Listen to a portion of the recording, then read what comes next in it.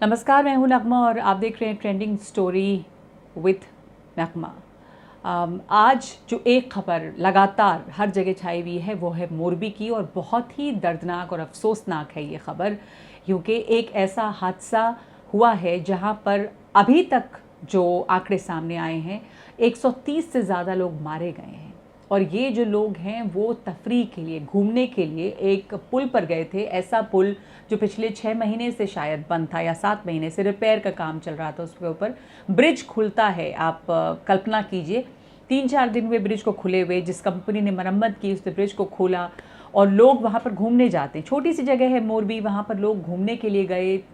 रविवार की शाम को 6-6:30 बजे के करीब इस ब्रिज के ऊपर, इस पुल के ऊपर इतने सारे लोग जमा थे और ये पुल अचानक से टूट जाता है और इतने ज़्यादा लोग वहाँ पर पानी में गिरते हैं, डूबने से मौत होती है उनकी, और 100 से कहीं ज़्यादा लोग जो हैं वो भी घायल हैं। जो ये आंकड़े हैं जाहिर है कि ये बढ़ते ही रहेंगे। बचाने का काम भी चल रहा है, बहुत लोगों को बचाया भी गया है। बहुत दर्दनाक है। कई कहानियाँ आंसुओं से लिपटी हुई, भीगी हुई कई कहानियाँ वहाँ से सामने आ रही हैं, और बहुत अफसोस इस बात को कहते हुए कि अब ये सिर्फ कहानियाँ बन के रह गई हैं। अब रख रखाव की बात हो रही है, अब सज़ाएं शायद मिलेंगी, तफ्तीश हो रही है, जांच पड़ताल, लेकिन वो परिवार उनका क्या जिनका पूरा परिवार उजड़ गया है, जिनकी ज़िंदगी बर्बाद हो गई है। क्योंकि हमारे सहयोगी वहाँ पर हैं, अंकित त्यागी वहाँ पे हैं, तनुश्री वहाँ है। और एक ऐसे परिवार से बात की है अंकित की रिपोर्ट जब टेलीविज़न पे हमने दिखाई, इसमें एक मज़लूम शाह की कहानी है, जिनके परिवार के 7 लोग इस हादसे में मारे गए हैं।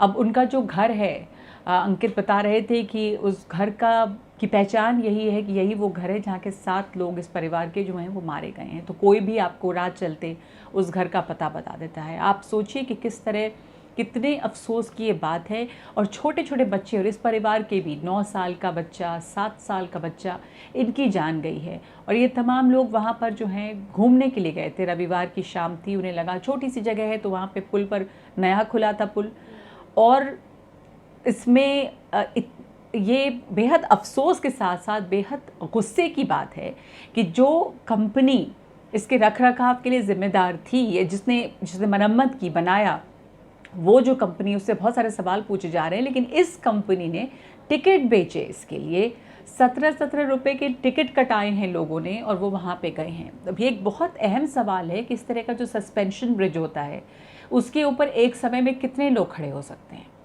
हमेशा से आप तमाम लोग भी जानते होंगे कि जो भी ये झूले वाला ब्रिज होता है, इसके ऊपर एक साथ बहुत ज़्यादा लोगों को चलने के लिए कदम से कदम मिलाकर मना किया जाता है। उसी तरह का ब्रिज जैसे हरिद्वार में लक्ष्मण झूला, राम झूला, ये सब आपने से ज़्यादातर लोगों ने देखा होगा।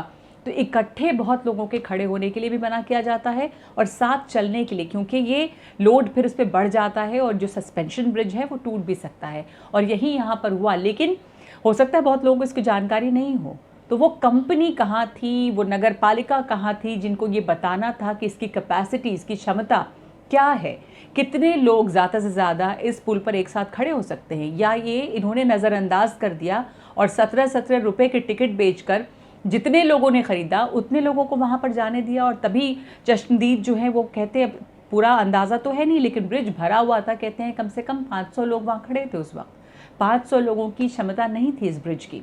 और ये ब्रिज टूटा, या जिस वजह से भी टूटा है, इसकी जांच हो रही है अभी और कमेटी बैठाई गई है। लेकिन जाहिर सी बात है कि सवाल जो पूछे जाएंगे वो प्रशासन से पूछे जाएंगे, नगर पालिका से पूछे जाएंगे, उस कंपनी से पूछे जाएंगे जिसने इसकी मरम्मत की 6-7 महीने तक और उसके बाद खोला इस ब्रिज को। और बड़ा सवाल इसमें यही है कि इस ब्रिज को दोबारा खोलने से पहले क्या इसको फिटनेस सर्टिफिकेट दिया गया था?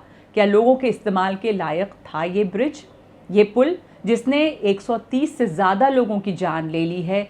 मरने वालों के आंकड़े लगातार बढ़ रहे हैं। ये सबसे बड़े हादसों में से एक हो सकता है, क्योंकि लोग घायल भी हैं, बुरी तरह से घायल हैं और अस्पताल में हैं। ये तमाम सवाल बने हुए हैं।